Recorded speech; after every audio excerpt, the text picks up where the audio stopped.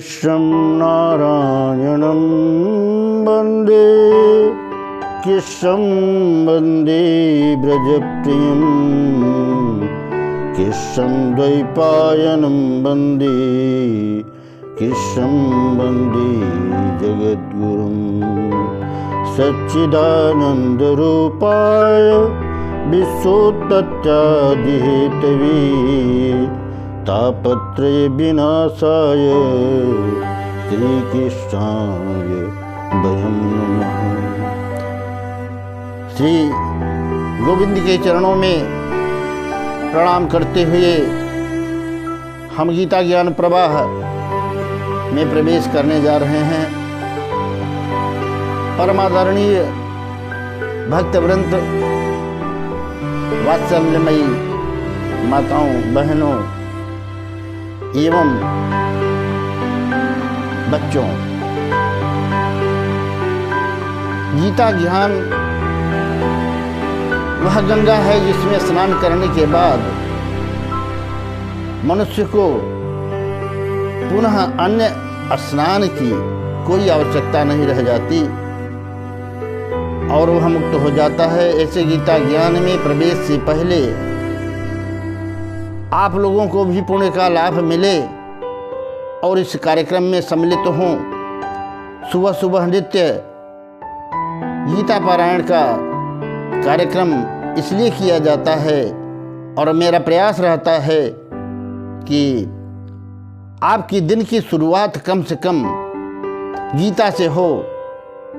मनुष्य जन्म मिला है, इसका सदुपयोग हो और भगवान गोविंद के चिंतन के और उनके पूजन के पश्चात अपने दैनिक जीवन में प्रवृत्त हों।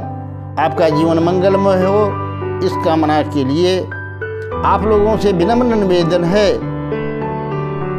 कि गीता ज्ञान प्रवाह चैनल को सब्सक्राइब एवं लाइक अवश्य करें, ताकि आप कितने लोग ऐसे हैं, माताएं भी हैं जो कि पढ़ी लिखी कम हैं अथवा असमर्थता है उनमें, तो कम से कम अगर कोई पाठ नहीं कर सकता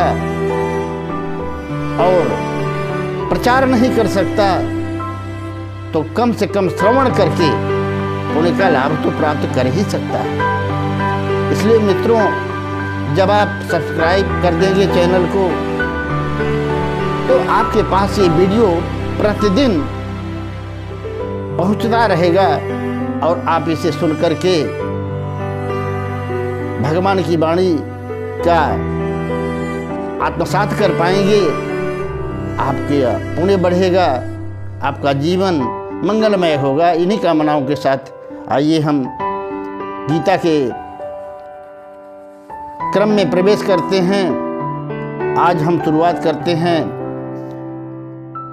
गीता के 22वें श्लोक से, जहाँ पे भगवान कहते हैं, यामिमां पुष्पितां वाचः प्रवदन्त विपश्चितः वेदवादरताः पार्थ नान्यादित्येति वादिनः कामात्मानः स्वर्गपरा जन्मकर्मफलप्रदां क्रिया विशेष बहुलां भोगेश्वर्यगतिं प्रति भोगैश्वर्य प्रसक्तानां तयापहृतचेतसां व्यवसायात्मिका बुद्धि समाधौ न विधीयते त्रैगुण्य विषया वेदा निश्चयो भवार्जुन निर्द्वन्द्वो नित्यसत्त्वो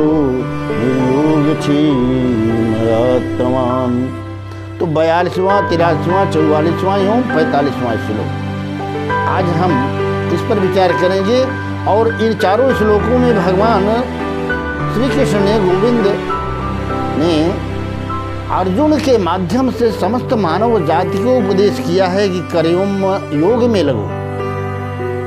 और यहाँ बड़ी मार्के की बात है, याम इमाम, जो इसे, यह इमाम, याम इमाम पुष्पिताम वाच, भगवान कहते हैं कि हे अर्जुन, ये समस्त संसार में बहुत से लोग ऐसे हैं कि शोभायुक्त दिखाऊ वाणी, मोहक वाणी से हमको आपको प्रभावित कर लेते हैं और वह अपने विचारों को थोपने का प्रयास करते हैं, परंतु ऐसा है कि वो सत्य कह रहे हैं अथवा वो चीज मान लेनी चाहिए। भगवान उसके लिए सावधान कर रहे हैं कि शोभायुक्त दिखाऊ वाणी, आपको चित्ताकर्षक लगने वाली वाणी ही सत्य नहीं, वह आपको सत्य तक पहुंचने में बाधक है। इसलिए सावधान। आइए हम देखें, जैसे संसार में बहुत से लोगों को आकर्षित करने के लिए बढ़िया बढ़िया वाक्यों का सुनियोजन करके लोगों के समक्ष प्रस्तुत करके, और यहाँ तक की बातें आज क्या कहूँ, कथाओं में गीत वाद्य आदि का मनोरंजन का साधन प्रदान करके आपको लुभाते हैं, खींचते हैं। परंतु भगवान कहते हैं सावधान, इससे मुक्ति नहीं, आपका कल्याण नहीं, ये मोहक है। क्योंकि ये जो सुख मिलता है अस्थाई नहीं होता, और बहुत मिल भी जाए इससे तो यहाँ के ऐश्वर्य, वैभव, संपत्ति, धन से लेकर के स्वर्ग तक जितनी भी वस्तुएं हैं वो सब परमानेंट नहीं है। आइए देखें, ये स्वर्ग है क्या? स्वर्ग की लोग बहुत कामना करते हैं। ते तम भुक्त्वा सर्वलोकम विशालम क्षीणे पुण्ये मर्तलोके विसन्ति एवं त्रिधर्म मनुप्रपन्नाः गतागतं काम काम लभन्ते। स्वर्ग में भी आप उतने ही दिन तक रहेंगे जब तक आपका पुण्य है, और पुण्य क्षीण होते ही आप वहां से भी गिर जाओगे। भगवान इन श्लोकों में हमको बार बार ये सावधान करते हैं, हमको आत्मा का धर्म जिससे प्राप्त हो उन संतों की शरण में जाएं, उन वाक्यों को माने। यहाँ पर कुछ लोग भ्रांति पैदा करते हैं कि भगवान ने वेद का विरोध भगवान ने नहीं किया है, वेदवादियों का विरोध, वाद का विरोध किया है। हम लोग देखते हैं अपने जीवन में वाद बहुत चला है, संप्रदायवाद, ब्राह्मणवाद, जातिवाद, समाजवाद, अनेक वाद, और वाद में विवाद संभव है, वाद में विवाद होता है।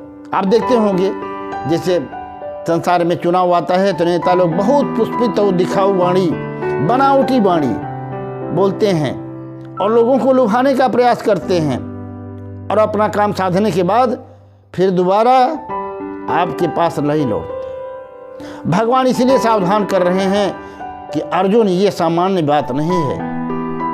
तुम्हें अपना कर्तव्य के पथ पर डटे रहने के लिए ज्ञान चक्षु की जरूरत है। तुम्हें यह ध्यान रखना होगा, ये आत्मा और परमात्मा का विषय है। इसमें ये सत्व रज तम तीन गुण जो हैं, ये केवल वेद इन्हीं का प्रतिपादन करते हैं। इनकी पहुंच सत्व रज तम तक ही है, और तुम्हें इनके परे जाना है। कहते हैं त्रैगुणी विषया वेदा निश्चय गुण भो अर्जुन निर्द्वंदो निस्तत्तो निर्योग क्षेमात्मा। जो व्यक्ति इन तीनों गणों से परे परमात्मा को प्राप्त करने का प्रयास करता है, उसी का योग सिद्ध होता है।